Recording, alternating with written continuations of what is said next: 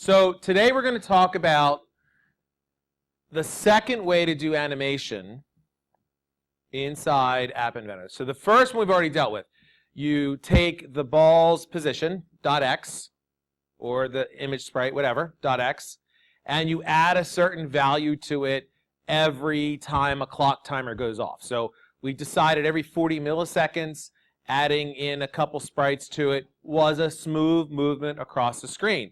And then when it gets to the edge, you determine if it reached the edge, you just reverse its direction by multiplying some global variable by -1 to have it start going the other direction. That's what we did in the last app before we did MoMash. This time, we're going to investigate the way you can move the sprite using internal controls. So you probably haven't learned this yet, but there's something called a vector. And a vector has really two components, a magnitude and a direction. The magnitude inside of App Inventor, in other words, the amount of speed an object has, is actually denoted by two different values in combination. And unfortunately, the designers of App Inventor mislabeled one of the properties, and they called it something it really wasn't. They called it speed. It's not a speed, because a speed by itself requires a distance in a time. What they're giving you is, for the speed interval variable, the speed property, is just a distance. So it's a number of pixels. The interval property is the time. So you have to use those two values together to get the magnitude, or the speed of the object. Then we have something called heading, and that's the direction the object is traveling. It's in reference to itself. It's not in reference to anything else. So it knows where it is, it knows where 0 up is, knows where left, right, down is, and it's going to, based upon its current heading, travel in a particular direction based upon an angle that it's given. So if we look at this little diagram here,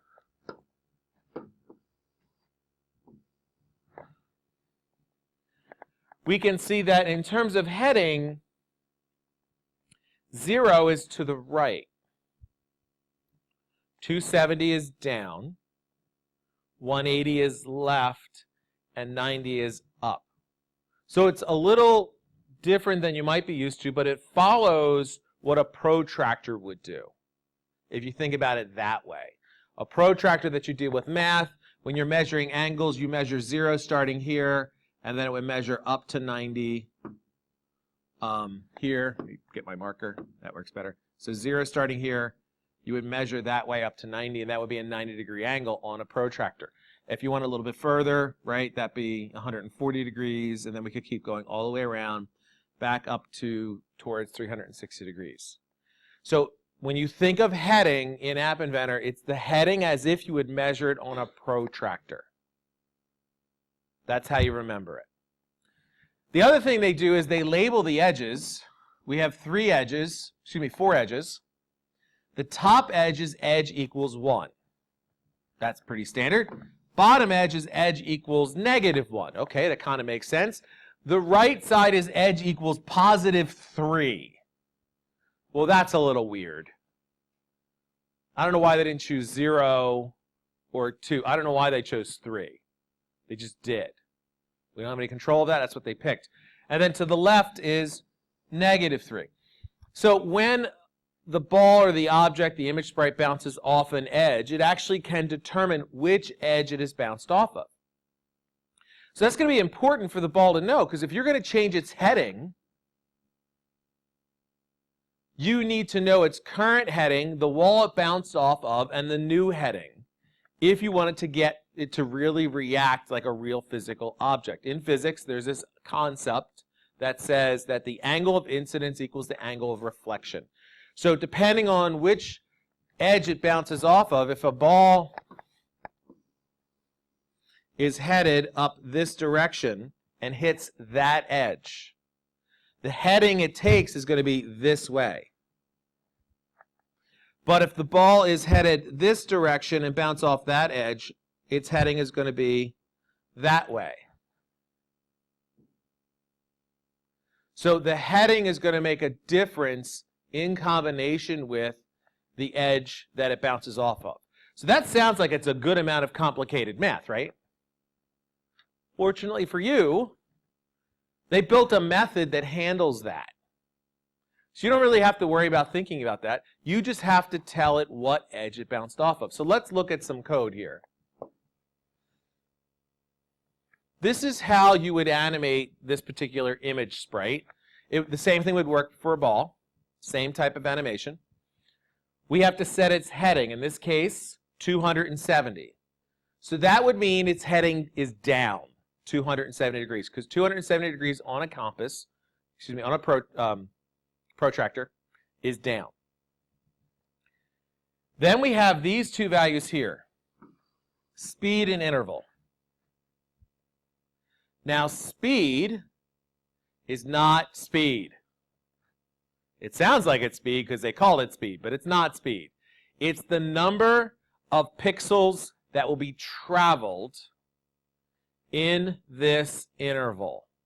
So it's 5 pixels in 50 milliseconds. So at about 40 frames per second, we talked about that, 40 milliseconds is about 24 frames per second. So in about 24 frames per second, we will have this pixel move across the screen 5 pixels. 5 pixels isn't very far, considering the image sprite might only be 10 pixels big. So it's not moving very far across the screen at all, so it should be a very smooth movement across the screen. It's a lot easier than having to add in the current position. Furthermore, when we add that with the heading, these two things together and the heading, all three of these things mark the vector of the object. This is only 2D. 3D vectors get so much more difficult, but 2D vectors are pretty straightforward. You have the magnitude, which in App Inventor is calculated by these two values here together. And you can think of it, if you do speed over interval, it's that fraction. If you always keep it that consistent. If you don't, then you have to make sure you're thinking about it. Interval is time, speed is distance. It should be distance over interval. That would be a better label inside of App Inventor, but it's mislabeled. So how does that kind of translate? Well, before we do the ball bouncing, if you look at this in code, if I had a ball that had a heading of 0, which according to the compass would be to the right, it's a 0 angle, with an interval of 30, so that's 30 milliseconds, and a speed of 10, so that's 10 pixels. So that's 10 pixels for every 30 milliseconds. Well, if you multiply that by 100, to take the 30 milliseconds to 3,000 milliseconds, we can now say it's 1,000 pixels in 3 seconds.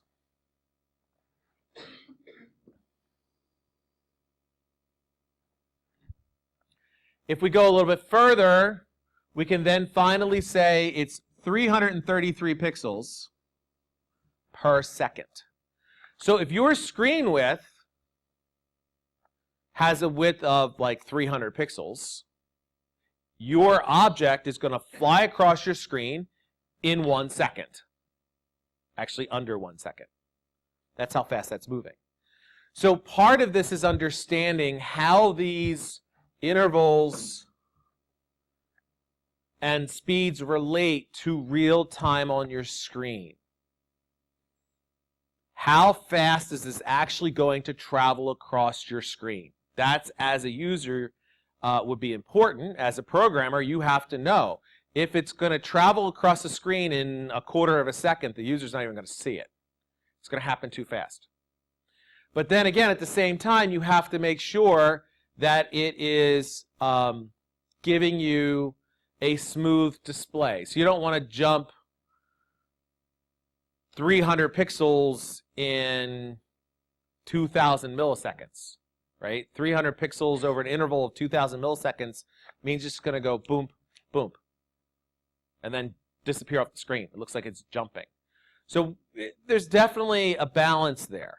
And the goal is to get it to be visible within the human eye. I typically don't have an object move more than half its width. It kind of makes sense. You know, you're not going to have an object, if you're watching somebody walk across a stage, usually, you know, their step distance is about half their width when they walk, kind of. You know, you kind of have to gauge it out for most characters, but it gives you at least a ballpark to start in. And some of this is trial and error. You have to put it in, make a guess as to what that speed should be for your particular sprite, and take a look at it. Bigger things clearly would have to move a little bit slower. Otherwise, they'll disappear off the screen too fast.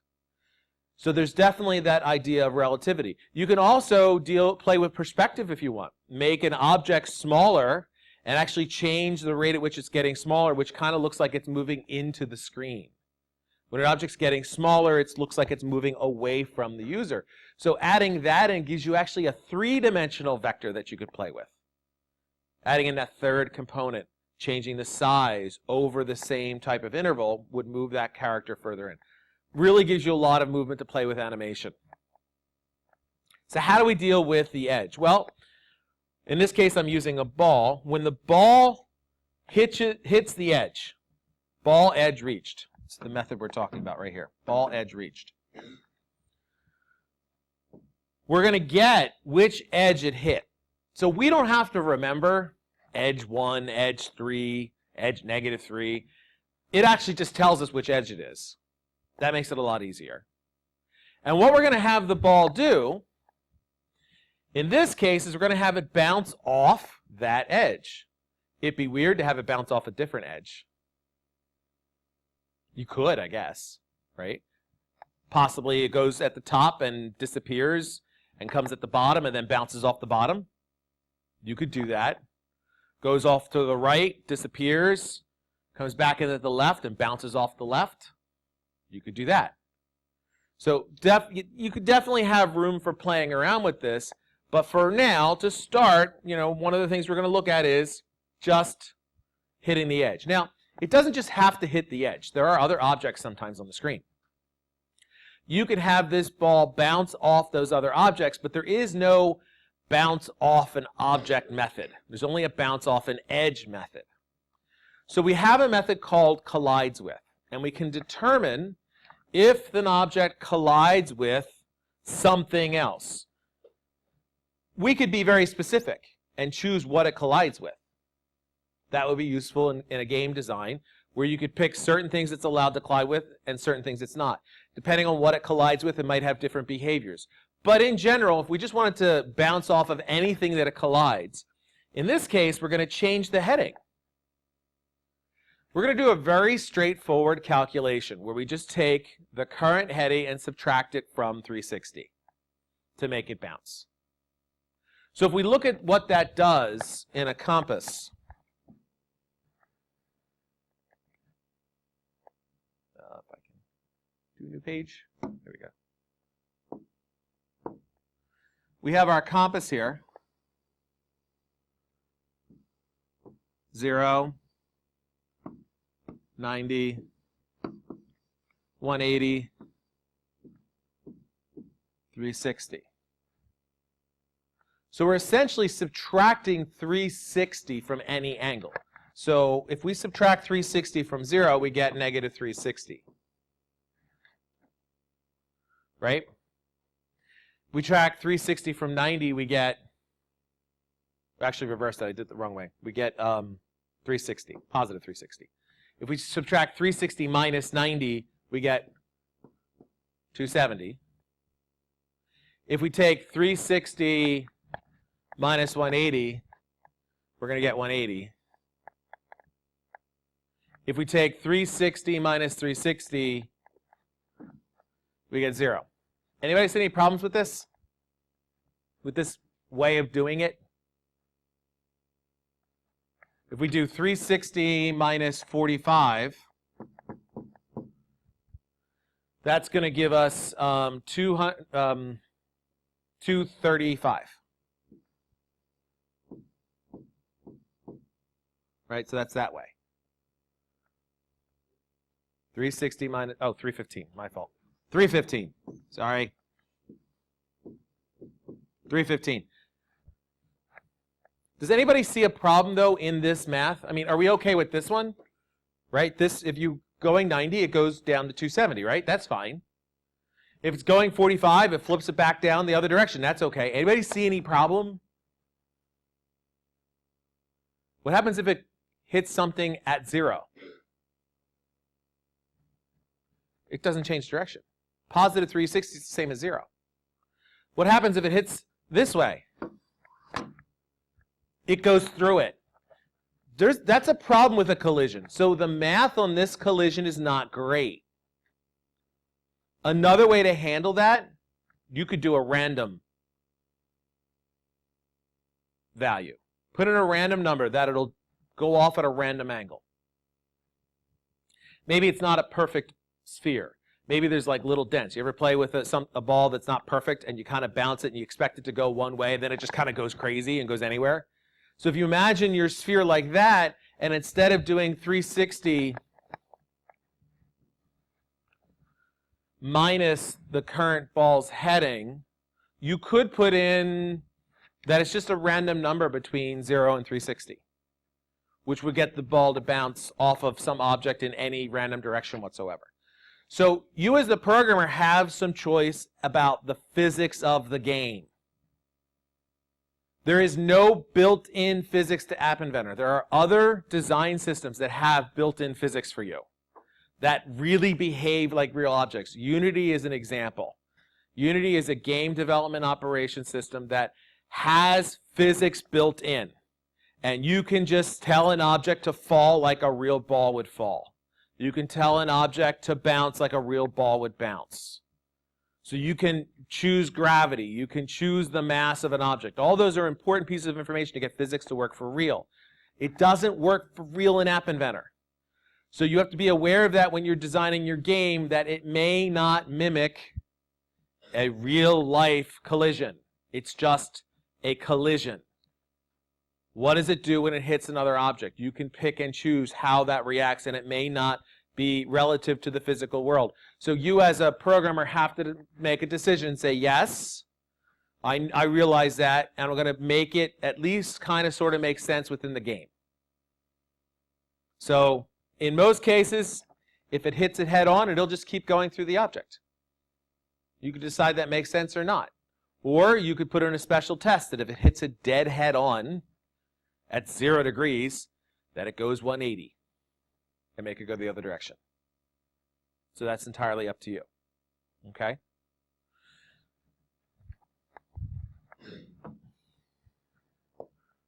So these are our collision types. Either we're colliding with an edge and we're choosing the edge that it bounced off of and we're making it bounce off that edge, or we're colliding with some other object and we're just subtracting from 360 the heading. And in most cases, that will produce a desired result. We can collide with sprites or we can use balls, either one. The balls are sometimes nice because they're easy to practice with. You can change them in different colors. They make good collision objects. You can change their size. Pretty easy to work with in most gaming situations. Image sprites, sometimes the collisions with the image sprites look weird because an image sprite, remember, has this imaginary box around it.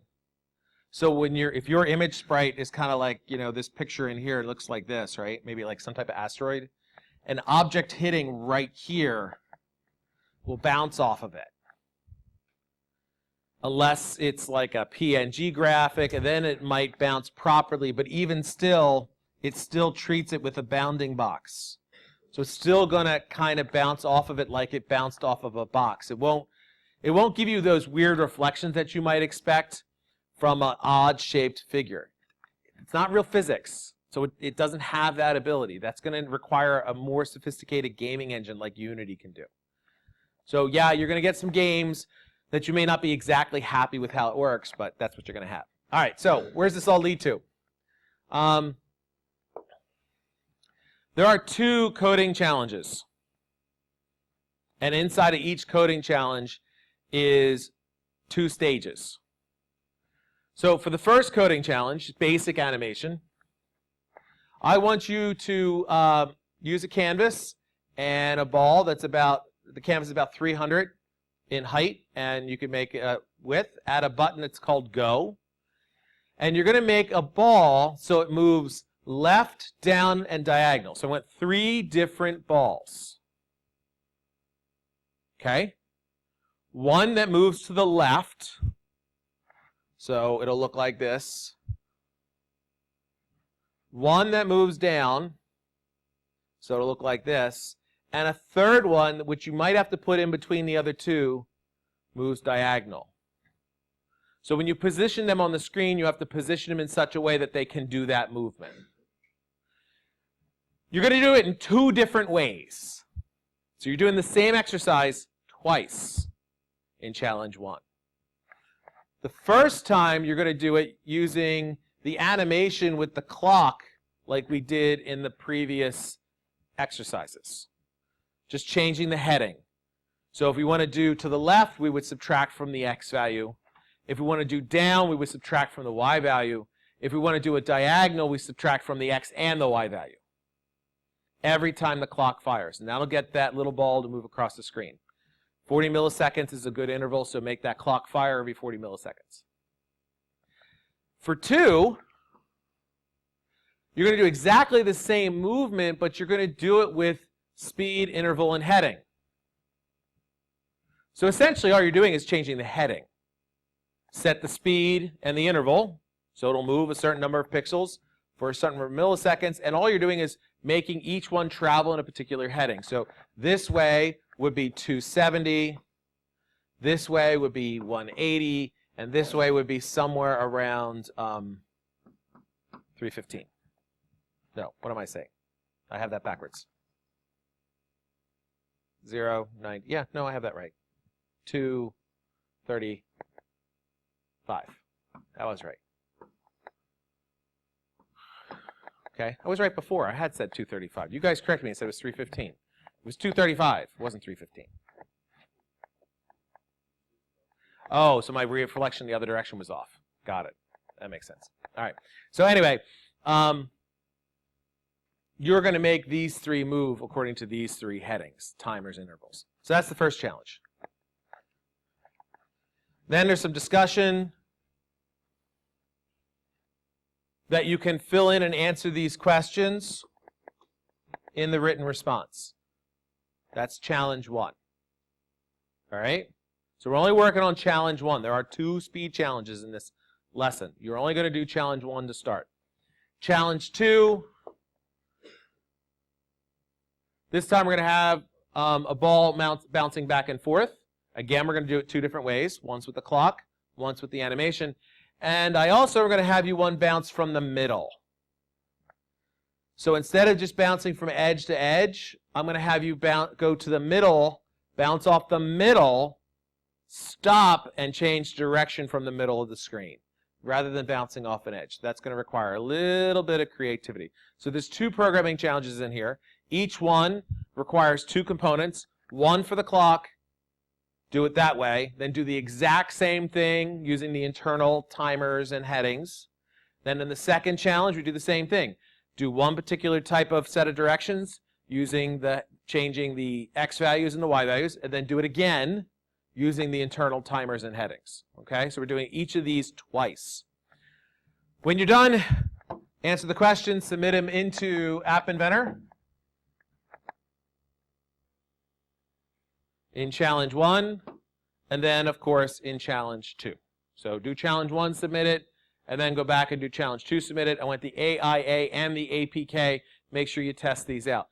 Since this is 2 projects, this will take you a little bit longer than normal because instead of being 1, there's 2. And this is not easy to do. This is not just a walkthrough. You do have to give it some thought. All right? Any questions? Feel free to let me know. It's the end of our lesson.